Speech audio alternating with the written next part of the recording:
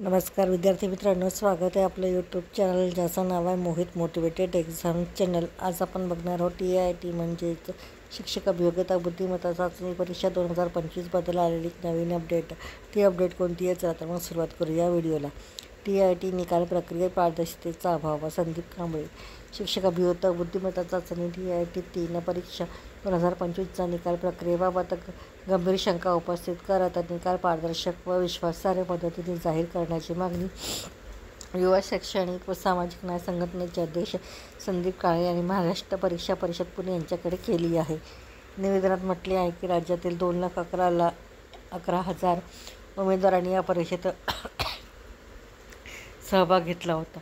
परीक्षा 2 टप्प्यात झाल्यानंतर निकाल जाहीर होण्यासाठी तब्बल 75 दिवसांचा कालावधी लागला। अखेर 17 ऑगस्ट 2025 रोजी घोषित झालेल्या निकालाबाबत उमेदवाराकडून नाराजी व्यक्त करण्यात आली आहे। केवळ नाव, रोल नंबर, एकूण गुण इतकेच मर्यादित करून निकाल प्रसिद्ध करण्यात आल्याने प्रक्रियेतील पारदर्शकतेवर प्रश्नचिन्ह उभे राहिले आहे। काही अपंग उमेदवारांना असामान्यरित्या उच्च गुण मिळाल्याचे प्रदर्शनास आले असून लेखनिक वापरण्याची परवानगी, त्यावरील देखरेख व चौकशी प्रक्रियेबाबत कोणतीही स्पष्ट माहिती परीक्षा परिषदेने दिलेली नाही, असा आरोपही संघटनेकडून करण्यात आला आहे।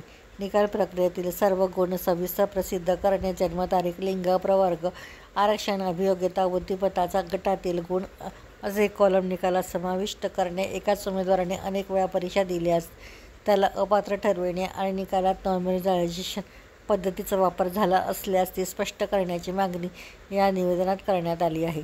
निकाल प्रक्रियेत पारदर्शकता राखली गेली नाही तर उमेदवार व पालक संघटनांना न्यायालयीन लढ्याचा मार्ग पत्करावा लागेल, असा इशारा संदीप कांबळे यांनी दिला आहे।